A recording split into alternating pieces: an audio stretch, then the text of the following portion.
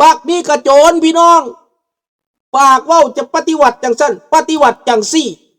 เว้าเก่งบักเตี้ยเขียดขาครับนี่ก็ได้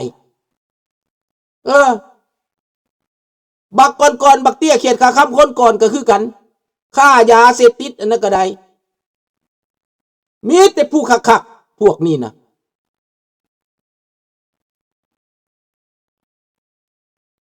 มีแต่ผู้คักไปสืบเอาพวกเจ้าอยู่ลาวมาถามลุงจังไดลุงว่าบ่เสให้แล้วไปสืบเอาตัว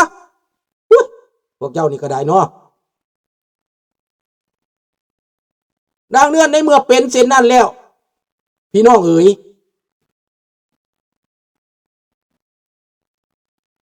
ลาวแดงมันไปบ่รอดดอกไปบ่รอดตัวนี้นะแม่นไปปัวอยู่ไทยไปอยู่เชียงใหม่ลีนลากเอาไข่ศอกคุณตายมาแต่เมืองไทยพูนะมาไกลสอนน่ะมันก็เป็นอย่างสั้นแหละเวรกรรมพี่น้องเวรกรรมตามสนองพวกมันพันเลยสบายดีลุงทองพาเที่ยวดังนั้นพี่น้องบักสอนไส้ทองรุ่นนี่เป็นคนชั่วคนเลวเดี๋ยวนี้นะไก่สอนมันก็ตายไปแล้วบักคำไตก็ตายไปแล้วบักนุหักก็ตายไปแล้วยังเหลือแต่บักบุญยังหลักควายบักหลักควายอันนี้นะบักหลักควายบักนี่คนขอนแก่นพี่น้องคนขอนแก่นบักคนขอนแก่นบ้านเดียวกันนี่แหละบักนี่หลักควายบักนี่นะยังบ่ตายบักนี่นะบักเสียงบุญยังนี่นะเสียงบุญยังหลักควายพี่น้องเอ้ยความรู้ป.4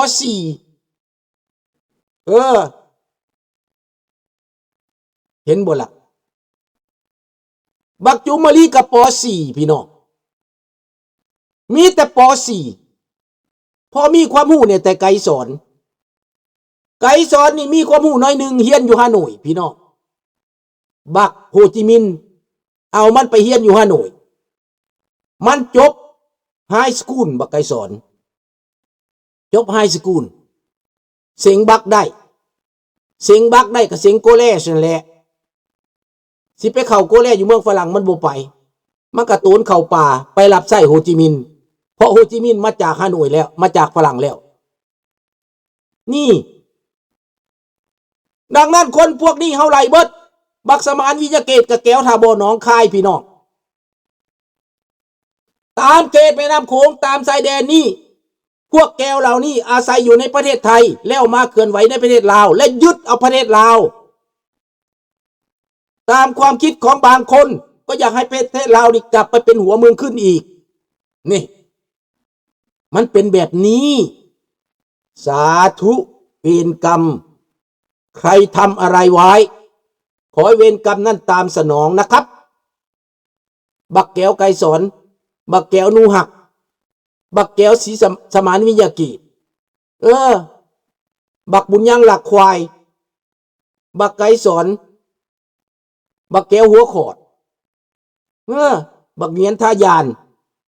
บักเงียนไก่ส่งแก้วเบิดพี่น้องเบิดตระกูลแล้วคนลาวเป็นหยัง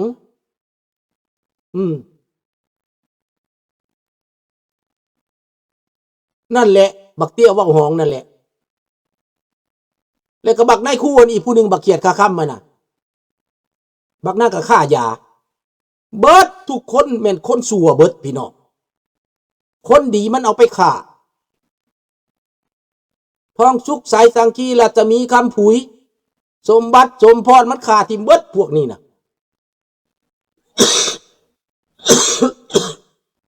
พวกใดเหตุการณ์ปฏิวัติน้ำมันปากขึ้นมันเอาไปแล้วตายแล้วนี่คนลาวบ่รู้จักความจริงมีแต่บักคักอีญาเท่าตู้ก็เป็นแมวมาจากแมวแดงมาจากพุ่นมาจากเดียนเป็นปู่เวียดนามพุ่นมาจากสำเหนือเสียงขวางพุ่นมาจากดินแดนแก้วพุ่นเห็นบ่มีแต่ผู้คักๆเบิดแหละคนพวกนี้เขาสิมาหักคนลาวได้จังไดเขาสิมาสนใจน้ำประเทศลาวบ่เขาขายประเทศลาวไปได้เขาสวยโอกาสกินก่อนตายมันว่าจังไดข้าพเจ้าไปถามเบิ่ง น้ำขึ้นฮิตตักมันว่าทานบุญยังบรจิตทิราว่ามันสิทานบุญยังแนวใดบักบุญยังหลักควายยังว่าบักขี่ใส่วัดทำบิดมันไปนอนอยู่ในวัดพี่น้องมันไปนอนอยู่ในวัดบ้านห้วยมื่นเนี่ยพอบ้านห้วยมื่นเห็นใจมันเลยหาเมียให้มันเอาเมียอยู่คนห้วยมื่นมันหนีตายหลักควายตำรวจไทยไล่จับที่จริงแล้วมันบริสื่อบุญยังสื่อมันเป็นสื่อไทยมันเปลี่ยนบัตรไทยออกไปแล้วเขาเลยใส่สื่อเสียงบุญยังมันไปบวชอยู่วัดไหน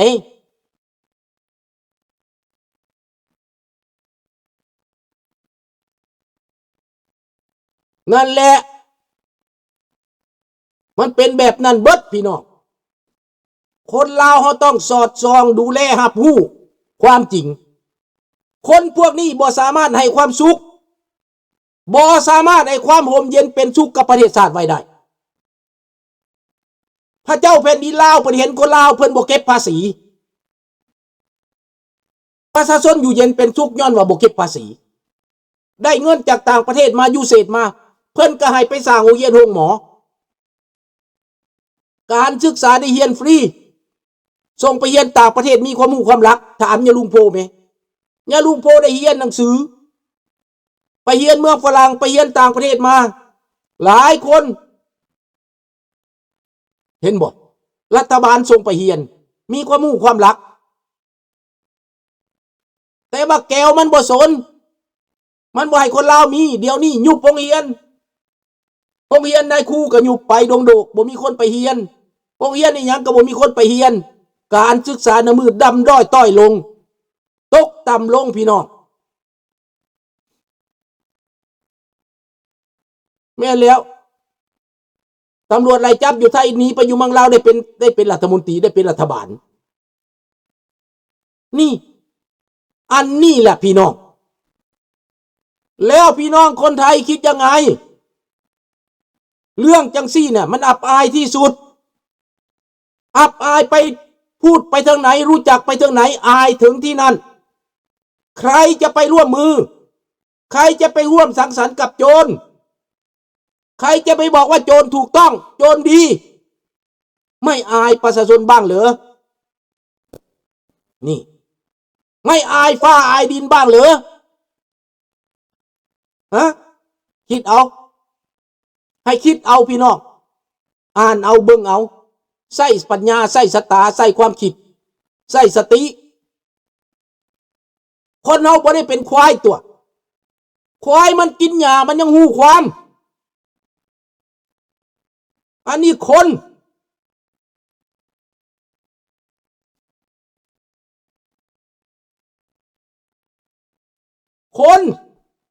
เป็นยังน้ำจังท่วมมีค่ะ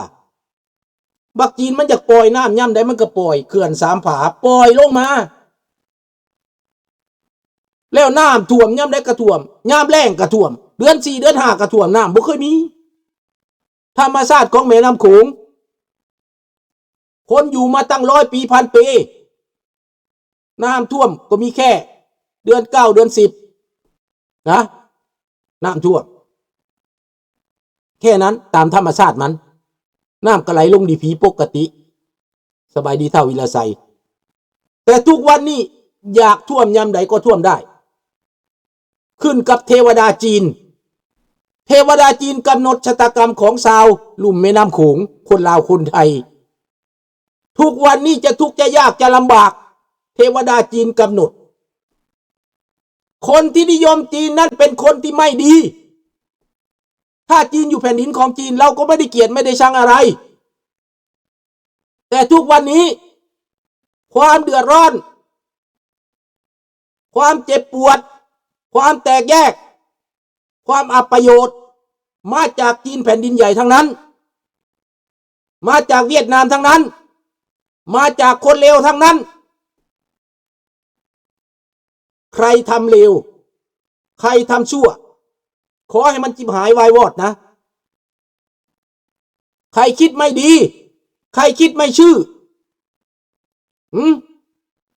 ดังนั้นผมพูดมานี่มันเยอะเลยนะถ้าเป็นคนน่ะถ้าไม่สัตว์มันคงจะรู้จักว่าการกระทำชั่วนี่มันไม่ดีท่านบุญยังวรจิตเป็นคนจังหวัดขอนแก่นอำเภอไหนด้านผมจะไปดูว่าพี่น้องของท่านบุญยังเหลือกี่คนไปถามเขาเองแหละเขาก็ไม่อยากเปิดเผยความชั่วของเขาเนาะมันหนีจากประเทศไทยไปมันได้เป็นเจ้าเป็นนายมันก็ปิดบังความจริงมันไปเอาเมียแขวงสวรรณเขตส่วนพวกนี้ไปอยู่เมืองลาวนั่นบ่อยากเว้าเรื่องตัวเองเพราะว่ากลัวรัฐบาลไทยจะเอาเรื่องคืนหลังประวัตินี้คนไทยไม่รู้คนไทยไม่รู้ถามท่านเคซี่จะรู้เพราะท่านเคซี่ก็ไปจากหนองปะปากอำเภอปะปากนะท่านเคซี่จะรู้ถามพ่อท่านเคซี่นะพอตู้สอนให้ฟังอยู่เรื่อยๆอยู่เราโทรมาน่ะนั่นแหละไปจากอำเภอปะปากได้พี่น้องคอมมิวนิสต์มันหลอกไปได้สุดท้ายเราก็รู้จักความจริงนี่เราจักความจริงพอตู้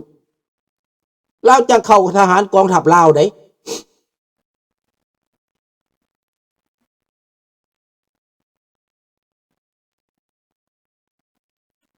ดังนั้นพี่น้องฮู้จักคนชั่วแล้วเฮาเฮ็ดจังไดพี่น้องฮู้จักโจรตัวจริงแล้วเฮาเฮ็ดจังไดเฮาต้องปราบโจรแม่นบ่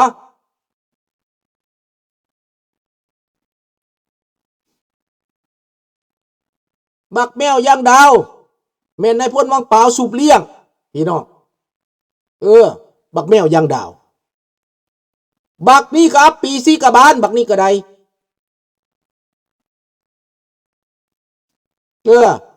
ปีซีกะบาลบักนี่ก็ได้เดี๋ยวนี้มันก็เบิดความชอบธรรมแล้วแล่นไปหาผู้สาวน้อยอยู่เมืองลาวนั่นมันใกล้สิตายแล้วอันนี้ก็ได้บ่มีหยังดอกบาปในพลวังเปล่ามันต้มในพลวังเปล่าบักนี่นะมันคนบ่ดีมันจะเป็นไปเบิดแหละพี่น้องมันบาปน้ำวัดองค์ตื้อวัดองค์ตื้อกินน้ำสาบานวัดองค์ตื้อคนชั่วเขาก็ฮู้เบิดแหละเนาะบักบุญยังใส่เงินสอกงไปซื้อโรงแรม5 ดาวอยู่เชียงใหม่ซื้องารัสเทวีนั่นแหละ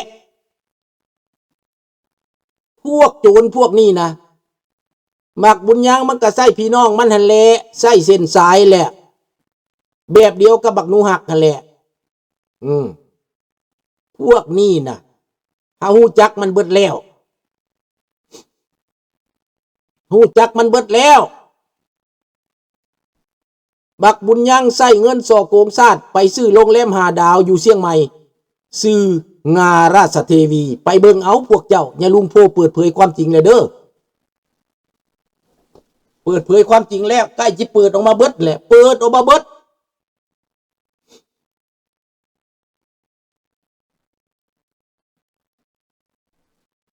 ดังนั้นพี่น้องในเมื่อเฮาฮู้คนชั่วแล้วสอนใส่กับคนชั่วท้องรุ่นกับคนชั่วพวกปฏิวัตินี่แม่นโจรบ่แม่นพวกปลดปล่อยใดๆทั้งสิ้นคำว่าปลดปล่อยนี่มันต้องมันสมมุติว่าไม้ติ่งเฮาเอาไม้ออกมันก็ว่าแปลว่าเบาขึ้นคันว่าความชั่วมาเปลี่ยนเป็นความดีก็แปลว่าเบาขึ้นอันนี้นักลงไปใส่คนลาวด้อยขาลงไปใส่หาเรื่องใส่กันใส่คนลาวนี่นะพวกเป็นโจรหาเรื่องใส่คนดีซี่มือใส่มือว่าดำเป็นดำแดงเป็นแดงนี่คนดีๆมันซี่มือใส่ว่าเป็นคนบ่ดีก็ต้องตายให้มันสมบัติสมพรเพียงตั้งแต่ว่าบอกเรื่องว่ารักษาสภาพแวดล้อมพิษใจมันเพราะมันสิเปิดโปงมันสิเฮ็ดนี่มันก็เป็นแบบนี้ดังนั้นพี่น้องเฮาฮู้จักแล้วเรื่องความชั่วมันก็ชั่วได้